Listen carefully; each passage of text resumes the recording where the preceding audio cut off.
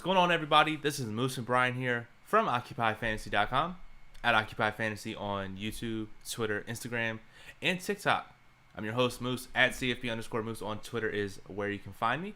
I am the co-founder and data guru here over at Occupy Fantasy and a Ballers holder, hashtag Ballers.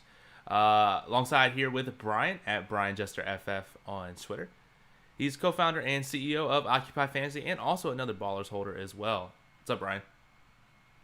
Ballers Nation, we're in here. What's up, Moose? What's going on? Dude, lots to talk about this week. A lot of shit happened, and DFS, Survivor, Pick'em, crazy NFL week. No spike weeks to discuss, unfortunately. Even after I tried to predict it and call my shot on Friday and Saturday, didn't happen. But still, tons that we can learn about and discuss. Absolutely, yeah. So let's jump right into it. For those who don't know or is your first time watching the $1 Million Mission, this is where we take a look at Brian's 150 max lineups on DraftKings and FanDuel, see how he did, how he's done year to date, see what other pros and other winning lineups have done compared to the field, the top 1%, etc. And we answer your questions along the way. So we're normally here for 30 minutes till 10:30 p.m. Eastern Time. If you have questions, go ahead and throw them in the chat, and we'll be sure to go ahead and answer them. Johnny says, what's up? Unfortunately, I finished second in the Occupy League by a 1/10 of the point. Worst beat ever. Dude, obviously that was the closest loss we've ever seen. Johnny, you pop in here during a lot of our streams, and we appreciate your support. So do us a favor. Send us a DM on the Occupy Twitter account, and we'll hook you up. We won't give you the full prize, but we'll give you a little something for getting that close. So DM us. Nice. That's awesome, Brian. So, yeah, congrats, Johnny, for being a loyal member. So, hope to be speaking to you soon. So, let's see how Brian did last week. So, we take a look at FanDuel, Week 10. 40-50 in entries, 948 in winnings for a minus 77% ROI. Slowly getting there to improvement. Dude, we're ticking back up after just an endless valley. It's still obviously a terrible week, but better than the minus 98% or whatever we saw the last couple of weeks. Definitely. And then on DraftKings, 5,100 in entries, 2247 in winnings for a minus 56% ROI. This is like a normal floor for you, which is, I guess, good in the grand scheme of things. Yeah, if I could have 14 weeks of this and 4 spike weeks, I would be very happy. Unfortunately, we've only had a few of these and a few even worse floor weeks. So again, it's all part of the process. And as you show this next image on screen, Moose, the year-to-date numbers, this is the lowest I've been during a $1 Million Mission. Was minus 30% ROI, I think. But it's just the timing of the spike weeks have been different in other years. So this one's been the longest without a spike week, which is why I think we see this negative number so high right now. Yeah, so 76,600 in entries, 53,900 in winnings for a minus 30% ROI. Again, just to look at the silver lining, you are only one spike week away. We've been doing more and more analysis every week. I feel like our process, or at least my process, and I don't want to speak on your behalf, has gotten a lot sharper, I think, throughout the season. Yeah, definitely refining the process for sure. And again, for everyone listening, watching this on replay, and you subscribe to Occupy Fantasy or you listen to our videos, just know that we have skin in the game. Just look at the numbers. Most of you want to do some quick maths here. What's that negative number so far? Like 20, in dollar amounts. Like 22,700, something like that. Yeah, so if you guys lose, I'm losing as well. And it looks like this. So just know that we're doing everything we can, and I'm staying the course. We know what spikes and valleys look like, and I'm kind of I compare it. This sounds like super depressing, but it's actually not, I promise. But you know how in if you're doing anything tough or like in MMA, right? They're like, you got the pain, you just gotta fight through the pain, and once you get to that first hurdle, then it doesn't feel as bad anymore, right? That's how I felt with that valley a couple weeks ago. It's like now it's through the pain. Now it's like I'm not even phased by it. It's just part of the process. Yeah, no, I agree. Really quick, I actually wanted to bring up. I know this is mainly for main slate, DraftKings and FanDuel. But I wanted to pick your brain, Brian, on air, on the record. Didn't even tell you we were going to do this beforehand. So, last night's game, Monday night game on FanDuel, I maxed the pooch punt, whatever it's called now over there. And I went a little radical, and I had 75% backup quarterbacks. Again, this is something that Super Galaxy Brain has happened 3 times already this year. It's happened at least one time every season in a large field GPP. My best lineup finished 5 points away from first with Wolford in, down 3 scores. We kept rooting before him. Each time they were down more and more. It's like Dude, they showed him. They panned to him on the sideline for a second too. I was like, oh my god, please let him warm up and go in the game. I stood up out of my chair and I was like, oh my god, he might come in. Or when Stafford went down and they called it roughing the passer, I was like, dude, put him in for one play, throw it to Cup. He's gonna catch it. He's gonna do great. But so I wanted to pick your brain. Obviously, that's something you would never do in cash. You probably would never do it in small field, medium field GPPs. On FanDuel, where you have a backup quarterback that is 5K, I wanted to just pick your brain. What's your thought process on playing that? Because my lineup that I had there was I had Debo captain, Jimmy G, George Kittle, Cooper Kupp, all studs that allowed me to fit in a 5K guy. And when you look at on FanDuel, when you look at the 5K guys, you're looking at running back 3s, wide receiver 7s, tight end 3s that might get a snap.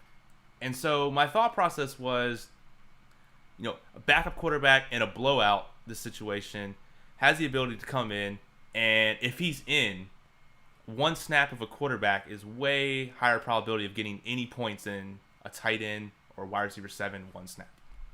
Yeah, so I think it's really smart, and I've talked about this in a couple of different places. I first mentioned it very briefly when I did the season preview podcast with Colin Drew and Davis Maddock over on Sports Grid. Just talked about if you're 150 maxing, and again, this is only for a select few of you, but if you're 150 maxing, or even if you're you're playing every single slate, a showdown slate, tying the micro strategy to a macro strategy. So like in MMA, I use this example in that podcast. In each MMA slate, I'm trying to get unique lineups, but I tie it back to knowing I need X amount of low-owned fighters, I need X amount of high-owned fighters, etc. I have this long-term strategy for MMA, right? Showdown, if you don't have one, it feels like you're just kind of floating around each slate trying to figure out what to do. Now, the ones that I've mentioned, and I've actually talked about this, I talk about it in the Daily Plug pretty often, and I talk about it in the Premium Showdown podcast with Colin, is probably the most reasonable macro strategy for showdown contests if you 150 max or 20 max every single slate is playing underdog heavy lineups because they hit at a higher rate than the field plays them. You're not even playing that crazy of lineups, etc. Right? And then I mentioned it to Colin a couple weeks ago. We've talked about it in the Discord a bit. If you play on FanDuel, because it's so hard to get a unique lineup over there, and we've seen it happen so often, and I say so often, but like you said, once a year, twice a year, and the fact that when that does happen, you're winning 5 figures, 6 figures on average. You're going to lose a bunch, but if that's your macro strategy, play it every single slate, and you will come out ahead as long as they keep the backup pricing at 5K. Now, again, if you're just playing a single slate for your life, you're not going to play a backup quarterback.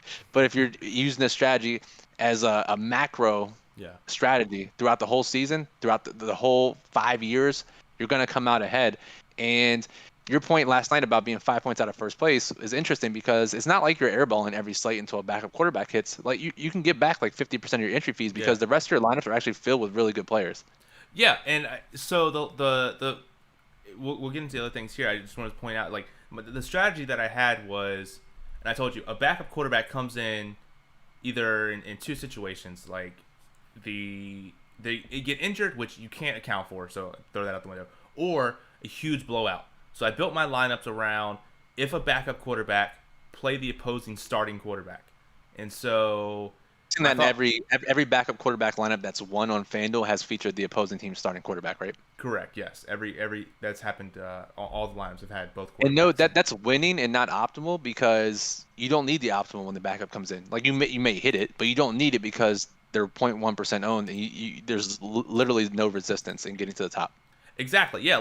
My top lineup, the top lineup that won didn't have Kittle, and I had Kittle 5 points out.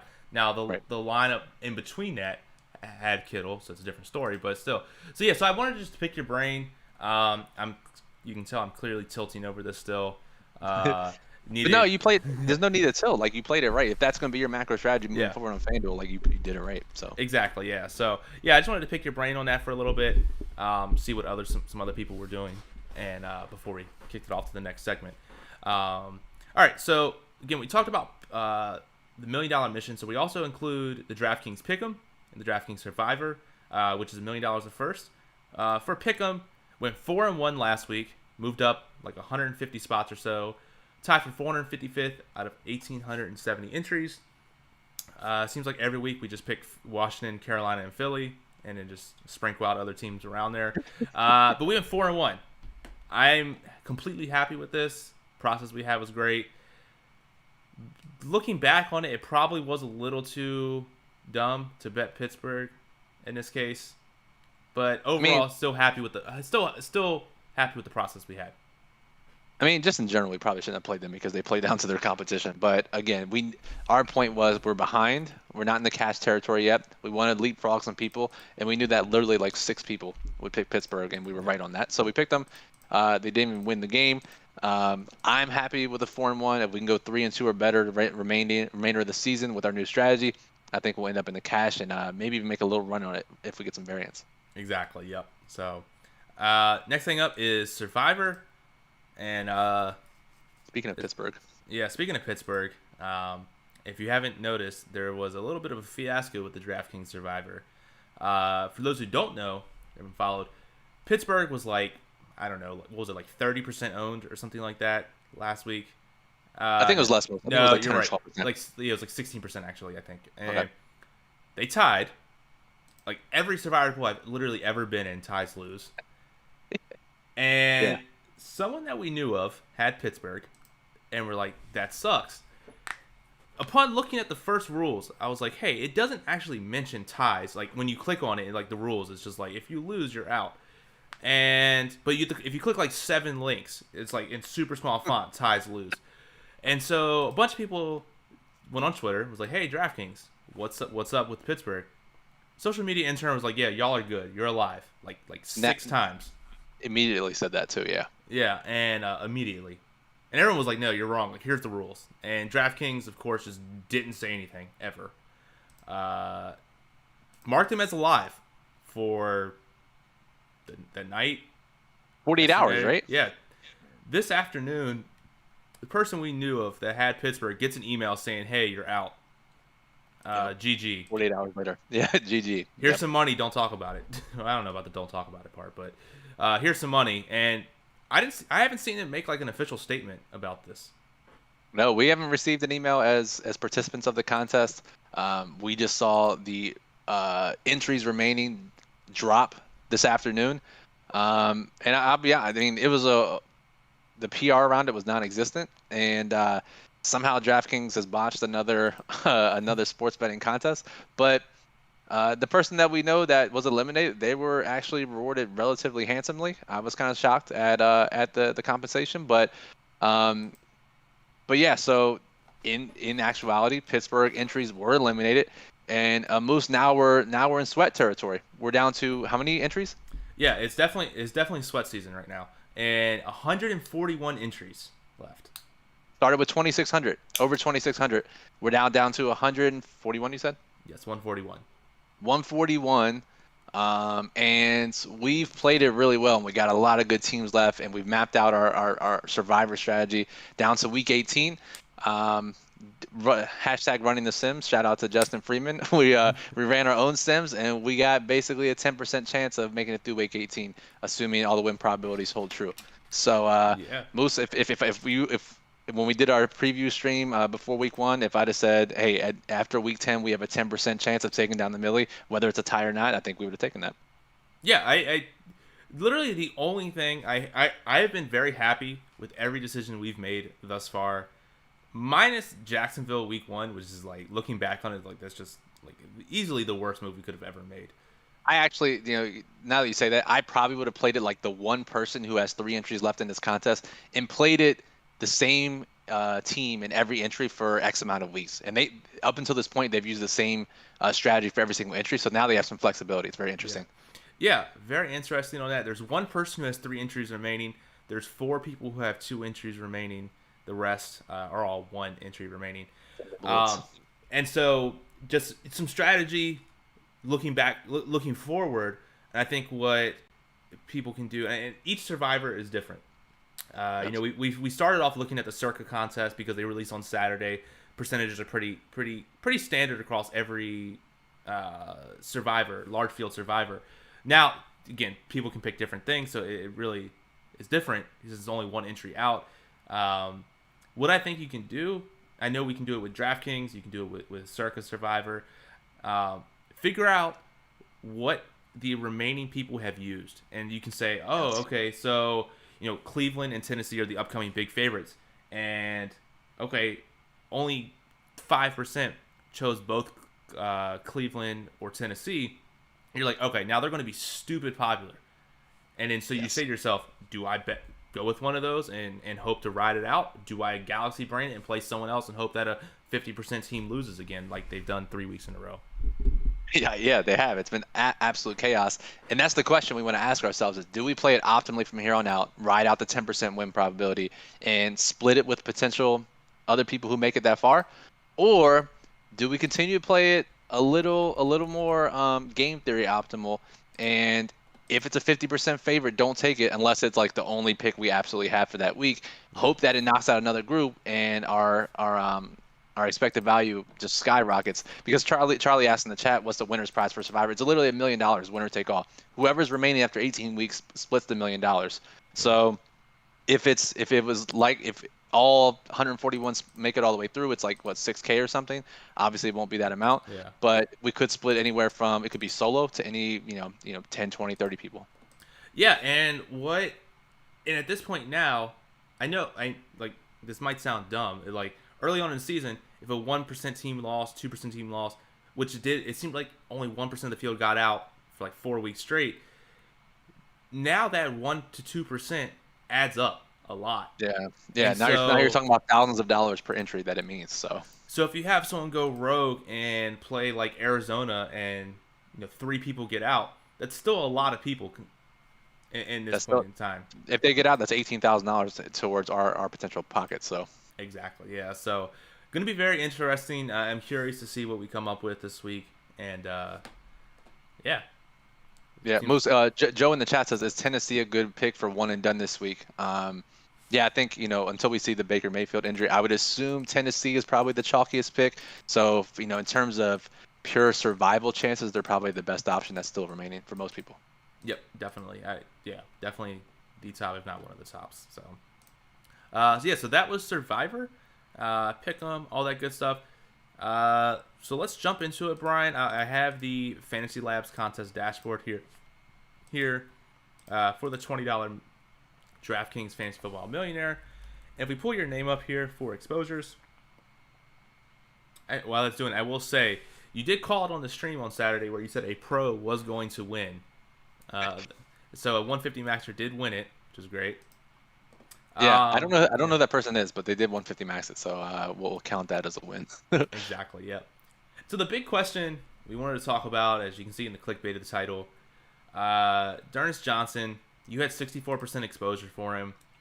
I know I saw you on Twitter. There was some back and forth on how to optimally play these running backs. Talk to me. Yeah. So generally, if it was just D'Ernest Johnson in a vacuum, right? If that was the only play we had, we would have been advocating for locking him into every single lineup you make on every site, no matter the contest type. We've talked about it before. We had it in week 3 with Alexander Madison. We had it, last year, a couple years ago when I won the 100K with Jalen Samuels, right? We talk about those situations. Easy. We know what the pros do. We know what the expected value move is. Just jam them into every single lineup. This week, and we get this a couple times, maybe once or twice a year, we have multiple value running backs. D'Ernest was 4,700, no one to compete with. Mark Ingram was 4,500, Alvin Kamara is ruled out. Ingram ends up 33% ownership roughly. Not as good of a play as D'Ernest, I would say, just because he's older. The potential for bullshit Taysom carries, right? Definitely potential there, but still probably gonna be a workhorse running back. And then we get late news Sunday morning that Ramondre Stevenson, 4,500 or whatever he was going to be a great play as well. Issue there is probably only going to be a 2-down running back. Didn't practice all week and he's a rookie, so there was some potential he didn't get a full workload. Brandon Bolden, the veteran there, could have taken more work, so I get it. Stevenson, a good play, probably a heavy exposure play on any other week. But the question, Moose, was, people want a lot of touts and a lot of content creators, and I even seen, casual players, all kinds of people saying that you probably shouldn't have played Dearness Johnson or Mark Ingram together in the lineup. But Moose, I want to go through this exercise here to show you what the most profitable NFL DFS players, the 150 maxers, the sharpest players we know, what they did with these guys, and how it was pretty comparable to what I did. And I'll let you just mention what I did here. I probably, in hindsight, would have gone more aggressive. Yeah, and looking at your exposures here, you had 64% exposure to Dearness Johnson, 15% leverage, 35% exposure on Mark Ingram, 9% leverage. Let's just say, and I guess Ramondre as well, 10% versus 3% on the field, so 7% leverage. And you talked about what the 150 maxers do. Took a look at the Fantasy Football Millionaire, $20 entry on DraftKings. People who 150 max the contest across all 150 maxers, 57% had Dearness Johnson compared to 47% who weren't. So that 10%, I necessarily wouldn't call it an edge, but what the sharper people are doing. 37% of the 150 maxers had Mark Ingram compared to 24% of the field. 22% of 150 maxers had both in their lineup compared to just 14%. So 22% of 150 max lineups had both of those guys, and only 14% of non-150 50 maxers had it. And again, we're not for sure saying 150 maxers are automatically better, but generally they're sharper and have a higher. I mean, we've shown the chart. I don't know if it was this year or last year. We've shown the chart. The only subset of number of lineups that are profitable in the milli every year are 150 maxers, right? Yeah, that was, I think, 2 years ago we showed it. 2 years ago. Okay. So again, the most EV group, I would say, is the sharpest group, and they showed that you should have gone heavy on Dearness. You should have gone heavy on Mark Ingram. You should even play them together in both lineups, because most you think about it, and I you can only say so much on Twitter, right, with 100 or how many characters. So the fact that they're running backs, right, they have the same opportunity and the same volume, if not more volume, than guys who are priced 3 or 4K higher.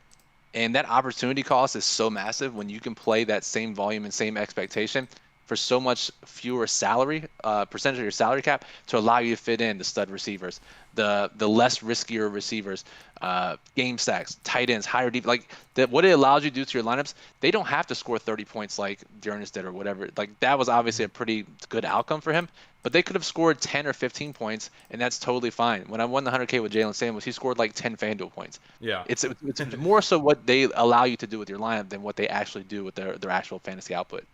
Yeah, because I'm trying to think here. Let's go to wide receivers here at your leverage, and it's just showing here for like an example, some of your higher owned wide receivers. It gives you the chance to upgrade to between Terry McLaurin and Zach Pascal. Like, yes. Showing for example, just that's one example, or upgrading from I'm guessing like Jarvis Landry to Cooper Kupp or something like that. So if you're going to get someone with these projected weighted opportunities at the exact same weighted opportunities, $2,000 to $3,000 cheaper, that allows you to fit in like actually good plays, then I'm doing that all the time. Now on FanDuel, I actually locked Dearness Johnson, and I did I think about 40% Mark Ingram. I actually had 0% Ramondre. I was a little spooked when with the Bolden news, which probably I should have done better on. It was a tough situation. I mean, we went back and forth on it like literally Friday through Sunday in our staff chat about what to do with Stevenson. Is he better than Ingram? And I think we all were like, wait, he is better than Ingram. They're like, I don't know if he is. And then we had this conversation, but he was at least in the conversation. And again, like you said, I probably would have locked him if this played out again, because you see the running backs don't matter movement, right? And we know just the basis of that argument is it's a replaceable position. The production is more so predicated on the offense, the offensive line, the scheme, situational factors that are out of the talent of the running back's hand. If you're in the NFL at the running back position, you're talented, period. And your production, not solely, but primarily relies on those around you, what the offense is doing, what your coaches are doing. So in the sample size of one game, when we have NFL talent running backs getting the same opportunity, why pay $8K when you could pay $5K? That's literally what it boils down to. Yeah, and I think it was Justin Freeman, who put the poll out when it was like, if you played both of them and they both scored 15 points, how would you feel? I believe I majority of the people were like, I would love that. I'd be ecstatic, absolutely Yeah, ecstatic. yeah. Yeah. So just shows that there, and it helps you fit in game stats, Yeah. better overall plays. The most Yeah. let's sorry, continue. No, I'll say. I would say, yeah, it allows you to fit in better plays, better overall lineups, in my opinion. Yes. Yes, absolutely. So we have the millionaire up, but I want you to go to the one high dollar one, the high dollar contest that we can see. Which one is it? It's the The 4K one.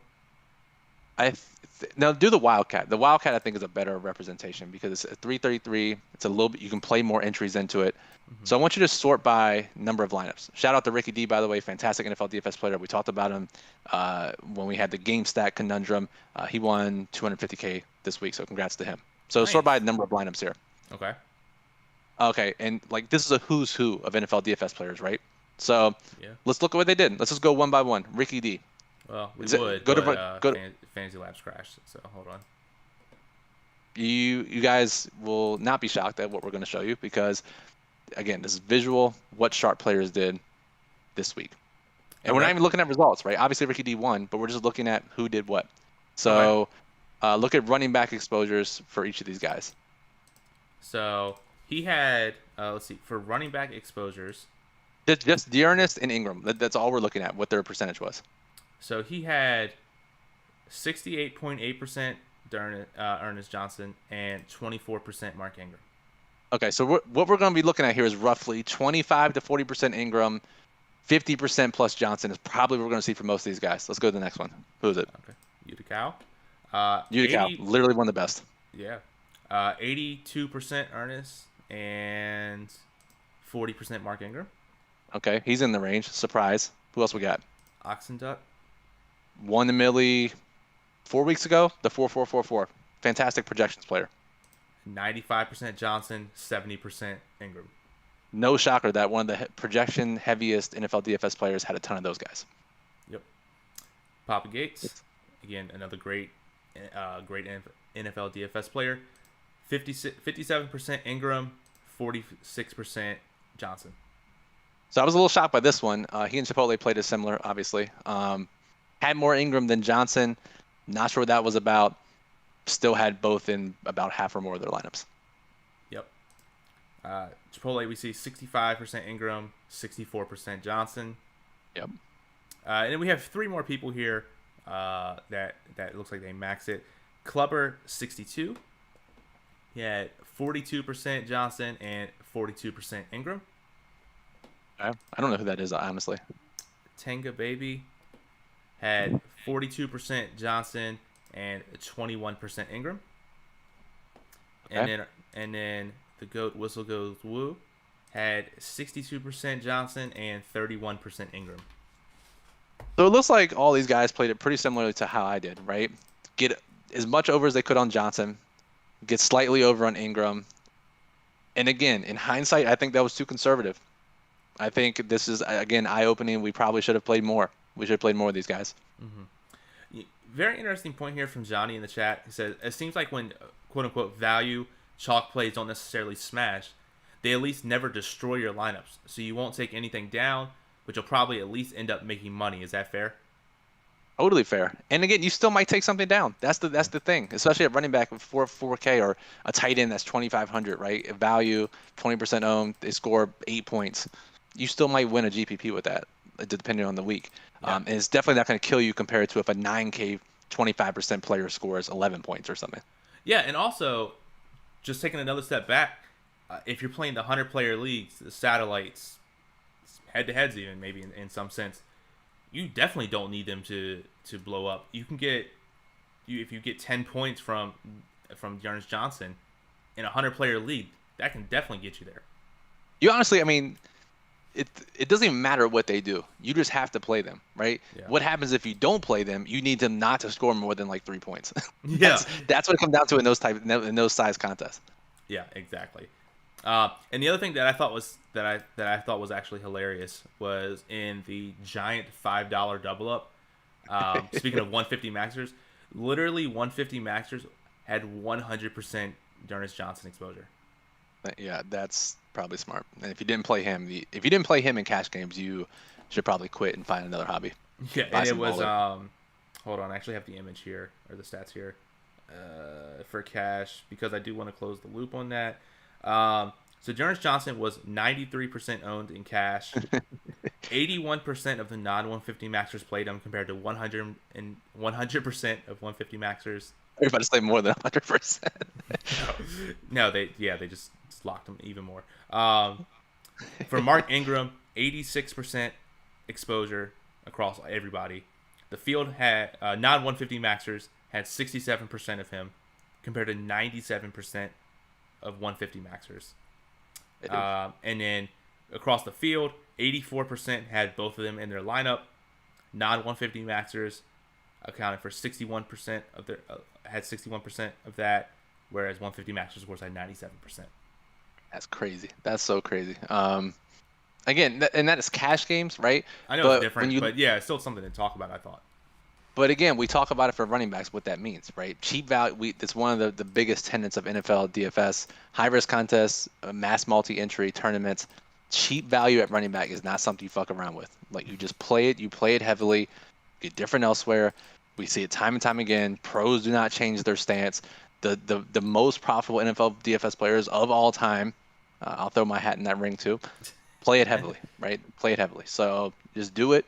And if you have questions about it, I understand. But do it. I said it on the Sunday stream because we got a bunch of questions about it. I've said it 100 times. I said it the 101st time. We'll say it for the 102nd time here. Just freaking play the value running backs. Yeah. Now it is 10:30. We're going to stay here probably to about 10:45 or so. Again, if you have questions, definitely go ahead and ask. We're going to transition into game stacks. With .bet's question here, it says depicting game stacks seem to be very hard this year. It seems to be one-sided. Have you been doing more 3x1s of one-sided game stacks this year? I've been doing most 3x1 stacks, both sides of a game. I did it this week. My 3 game stacks this week were the 2 mentioned in the plug for sure. Atlanta, Dallas. Atlanta got freight trained, obviously. Chargers and Minnesota. Chargers had limped it game plan, just didn't work out. And then I did Tampa Bay and Washington. That spread moved below 10. That's below that double-digit spread threshold we look for. Somehow they came out flat, didn't score very many points. So I played 3x1 game stacks on both sides, but I will agree it's just been a really weird year for 3x1 game stacks. We've seen it hit 2 or 3 times so far this year. But I will say, Moose, we've seen a Millie winner 3 times in 10 weeks, 3x1 game stack. That's 30% of the time. Is it 2 times or 3 times? I know it's at least 2. It might be 3. 2 or 3 even. We know that the field plays at 15% of the time, right? 30% of Millie winners have 3x1 game stacks. When it doesn't hit a couple weeks in a row, it seems super rough, and you're trying to figure out, just going through all these scenarios, why aren't game stacks working? I mean, I was literally getting texts today. I was talking with a buddy about, what the fuck is going on with game stacks, and it's just, we go through these stretches, right? And it's just that 3 weeks in a row it hasn't happened as opposed to every other week. So it's definitely tough. And again, I don't think anything's primarily changed with the NFL. And if anything, game stacks should be popping off even more as much as teams are passing. So I don't know. Yeah, the biggest thing that came to me was it just seems like teams stopped trying. Like you talk about Atlanta, like they got down. It seemed like 7 points, and they're just like, we're not gonna play anymore. Like, and just got completely freight trained the entire rest of the game. Didn't even care. Run, sack. And even Bruce Arians admitted on Sunday after the game, he said, we couldn't protect Tom early that well, so we had to scale back the game plan and be a lot more conservative. It's like, or you could just make adjustments and try to win the game. Like, I don't, I'm not an NFL coach, but that seems like the optimal move. I mean, again, we're not going to know if teams are playing second half of games more conservatively or just giving up earlier. I don't know, but it has been pretty weird. Yeah, and that's what's so strange. It just seems like, again, I like zero data to back this up, so as the data guru, I probably shouldn't be saying this, but I feel like just games are just like I said, teams are trying less, and it's like the moment they start losing, they're just like, all right, next week, we're good. Yeah, it's just like, all right, well, we're down 7 in the second quarter. Pack it up, turn the bus on, warm up the seats. Let's get on the road. It's crazy. It's definitely felt like that for Atlanta, and maybe and I think even Arthur Smith said this a little bit. They had a Thursday game. Mm-hmm. They got down 3 scores early, and they completely shut down mid-second quarter. Yeah. And he even kind of said, we got to look at the Thursday's game. So I assume they just thought this is a lost cause. Let's not get anybody hurt. Let's just get out of this game without any injuries. That couldn't even happen because CPAT got hurt. So again, it's, I don't know, kind of crazy. Yeah. We're in staff chat like, where's Kyle Pitts? Why hasn't he had a target in like 3 real hours? Like, yes, dude, like legit hours in real life. Yeah. Yeah. Johnny says, I would say using the NFL strategy guide as my macro has been amazing for me this year. Stacking a quarterback with 2 pass catchers, and I'm automatically been different while eating running back chalk organically. And yeah, Brian, we've talked about it before. We've run the data, and it shows here on Fantasy Labs to some extent. Those 3 by, even starting out as 3-0 is like 0.2 to 0.5% exposure, like across the field. So, or roster percentage, if you want to call it that. So by doing that, you can eat 30-40% running back chalk all day. Yes, without question. And I was talking with in a Twitter thread today, and 15% of the field had both those running backs. But again, that just means 85% of the field's not playing chalk running backs optimally in $1 million first contest. That's how I look at it, as opposed to you get 15% of the lineups start the same 2 spots the same way. I look at it as 85% of the lineups are completely playing suboptimally. Yeah, and you can take it even one step further. Would you rather play against 250,000 people for $1 million, or would you rather play 20,000 against 20,000 people? And that sounds way weirder, right? Would you rather play 7v7 versus 15,000 or 9v9 versus 250,000? It's. I think it's there's definitely a sliding scale there, but give me the 20K people all day. Exactly. Yeah. So you talked about again, another question for me to pick your brain. You talked about how you use Tampa Bay, Washington. Did the pregame injury with was it Richard Sherman? Did that affect you at all? Did that make you think about changing that game stack at all? If anything, it would have made me even more confident in it. I didn't see it till too late, but as we know, cornerback injuries are one of the biggest igniters to offensive explosions. Just because, especially pregame or early in-game or midweek or whatever, because teams don't have time to adjust. If injury happened the week before, now you have all week to practice and plan it, get this guy in the game. Like, okay, that's different. But when you have to change on the fly, cornerback's such a tough position that's when you really see receivers go off, quarterbacks go off. So to me, I thought it was fantastic. McLaurin, I would have had even more exposure. Yeah. I thought it was something to pay attention to and just keep in mind of. Yeah, I actually bet the football team money line is when I saw that injury come out, just because closing line value. We've talked about it a little bit before here, but they were plus 350 right as soon as the injury happened. And I know even if it closed plus 325, I know over the long haul that's going to be profitable for me. Yeah, sick. Good move. .bet says very tough to predict how blowouts and game stacks. It just seems game stacking the other side has thrown away a ton of lineups this year. And with targeting teams with high team totals be better for 20 max while still implementing the 3x1 strategy. Yeah, and I think a lot of times you'll still end up on the same teams by looking at that. Right, you might end up with more Bills or Bucks 14-point favorite type teams, and of course, Allen to Diggs lineups won this week. But if you 3x1 stacked it, you still probably weren't too happy with the result because nobody on the Jets did anything except for I think Michael Carter had 15 points, and no real secondary receiver did anything for the Bills. But yeah, to be honest, unless if you use our strategy and our advice, and you're using 3 game stacks, 6 quarterbacks. If you're playing anything more than 2 quarterbacks, right, you're going to be throwing away lineups, period, right? Yeah. You can't expect to cash all of your lineups. You're playing GPPs 150 max or even 20 max, and for the goal to get one lineup into first place. And by nature, you're going to be throwing away some other lineups. Your goal is just to take as many dart throws as you can get to get there, with a smart strategy. Yeah. So, I wouldn't look at it necessarily as throwing lineups away.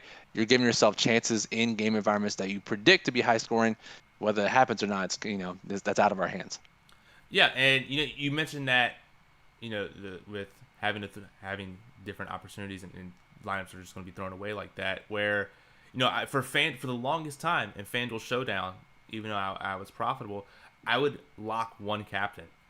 And I found out that, re-looking through my lineups, I realized some of them were just really bad to the point where it was like, all right, I can't just do one captain 150 times because you're going to get some like really bad lineups that like it wouldn't even get there.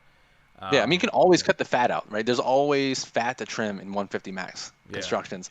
Yeah. How you get there, it's I wouldn't necessarily say that. I mean, quarterback selection is a big part of the process. Exactly. So I think I just play around with it. Yeah, exactly. And 20 max can be a little bit is definitely very different than 150 max. So you get their dot bets. You're a sharp guy. I know you will. Moose, just think about how many lineups Laz gets Fitz throws away. Can we see what he did in the Millie, by the way? Can we please see what he did in the Millie? Yeah. One of our favorite segments. The Last Gets Fit section brought to you by the Fantasy Labs Contest Dashboard. For those who don't know, we've mentioned Laz Gets Fit a few times on the show.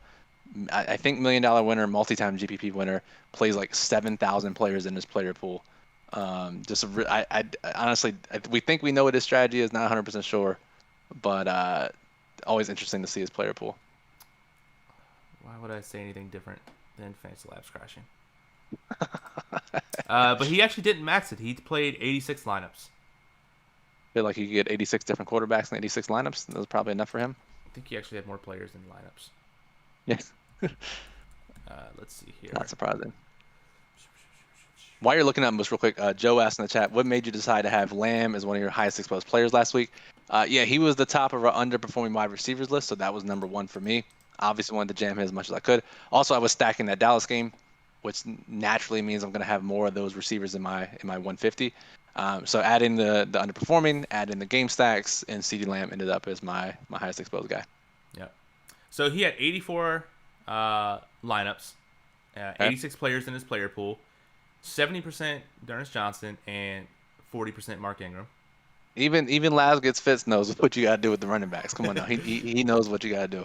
Yeah. How many quarterbacks did he play though? 1, 2, 3, 4, Hell 5, yeah. 6, 7, 8, 9, 10.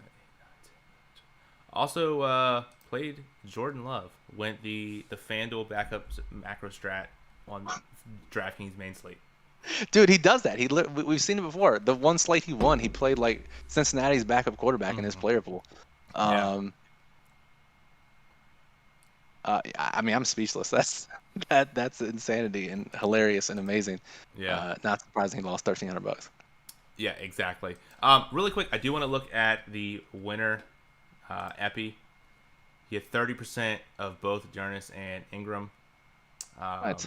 Yeah, so definitely good on him. One player we haven't talked about that I guess was value with him at his normal price was Christian McCaffrey. And we can close out the segment talking about him.